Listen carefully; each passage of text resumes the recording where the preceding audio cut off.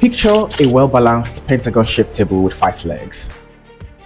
A business model visualization gives you a detailed picture of the character and features that describes your business, and each leg of the table represents a model trait or attribute.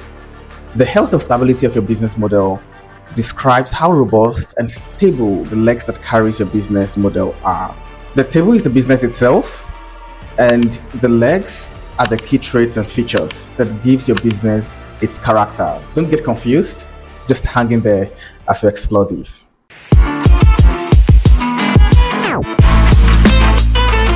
Using a table analogy to describe the health and stability of a business model is an interesting one. A 5-leg table representing your business model with 5 legs standing for the key structural properties giving your business model its character and shape. We must understand that a simple adjustment to your model or operational design can lead to massive change in the health and stability of your business and eventually its outcomes. To generate these visualizations, I'll be using VegaLight Editor, an online visualization tool. The link to the tool would be in the description to this video. Also, the code would be in the description attached to this video. The visualization is a spider web or a radar chart, as that's the best visualization that can closely fit a table description being viewed from the top. Assuming each leg of the table having values between 1 and 10, with 10 meaning the most robust feature and 1 meaning least robust. A leg with the value 1 will translate to the leg being at the center of the table or the chart, while 10 translates to the leg being by the edge of the table. You can easily imagine a table with value 1 across all the 5 legs, meaning all the 5 legs are at the center, essentially making the table stand on one leg, which will inevitably make an unstable and unbalanced business or table. You will also quickly understand that to have a perfectly balanced table, you would need to have the legs having values of 10 across each legs. Even though it's rare to see businesses scoring 10 across all the legs and features, but very few businesses come close to that holy grail structure. So let's dive in and unbundle what the legs of the table of the model stands for. The number 1 leg is profitability. Of course, you have to have a positive net margin for you to have a business. This leg is about how high can you go with your margin. How easy can you create high margin unit economics without you losing meaningful demand for your product? To have a moat here, the secret sauce would be to have a market that is not price sensitive and also having a highly differentiated product. Imagine you raise your price by 10x, but you only lose 10% of your existing customer base. That's a strong sign that your product is highly differentiated in the market. What you don't want to see, on the other hand, is you raising price by 10% and then losing 60-70% of your existing customer base. Some profitability metrics like COGS, which is short representation for cost of goods sold, net profit margin, EBITDA, operating ratio, return on asset, return on equity, etc. They all reflect your profitability. The second leg of the table is sustainability. This speaks to the stability of the market. Can demand be sustained, or is the demand seasonal? What is the stability of the platform that makes the business model possible? Platforms like the internet, mobile phones, blockchain, personal computers, etc. Is it a platform that may cease to exist in few months or few years down the line? Is the platform leveraging any short-term popularity trend? That's basically it on sustainability. The third leg of the table or the business model is scalability. If the market is stable and you have good margin, how much work do you need to do to create one additional customer success? How likely is it for you to increase the digit count of customers being served from 1 to 10 to 100 to 1,000 and upwards without commensurate skill in input resources, operational efforts, and cost? That's essentially what scalability implies. The fourth leg is repeatability. This describes the repeatability of the process for value creation and value delivery. Does acquiring new customer involve long legal paperwork? Do you have to work with the customer to get specification for every new implementation the customer wants? Business processes written as code and delivered as software have the most repeatability score. For example, in a SaaS product, compare that to the repeatability of an agency business, a dev shop, or even a consulting business. There's also a very close relationship between repeatability and scalability.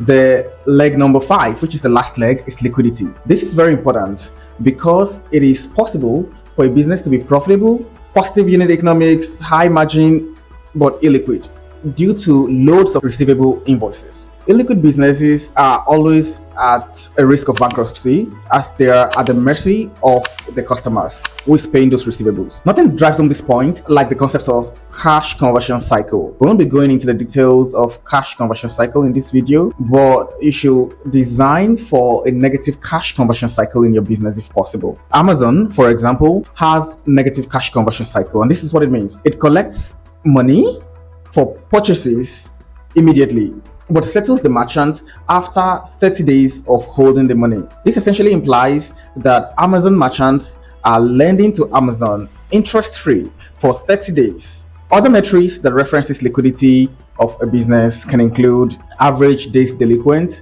accounts receivable turnover ratio, collection effectiveness index, and other metrics like that.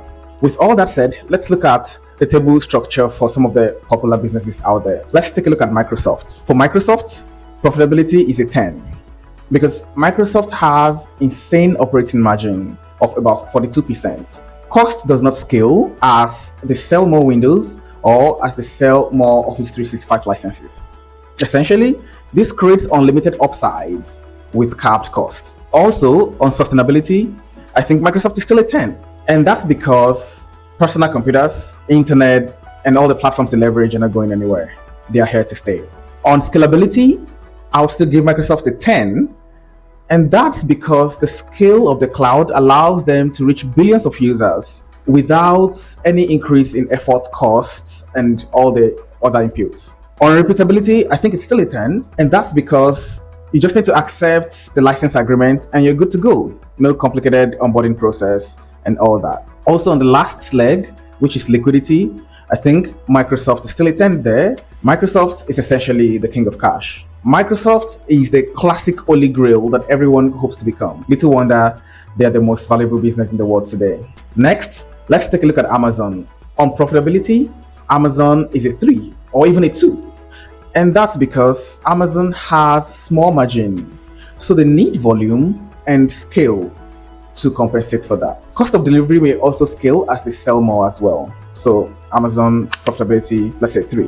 Sustainability for Amazon would be a 10 because internet and the e-commerce business model are not going anywhere. They are here to stay.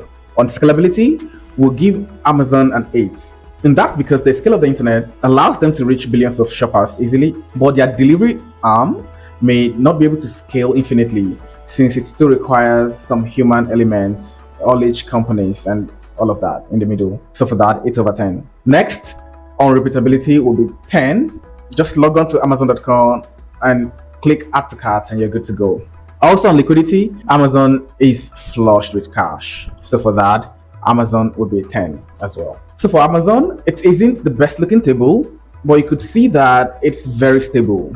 This is why Amazon could still be in business even while running a very low margin business model. Try to think through what this might look like for other businesses that you know.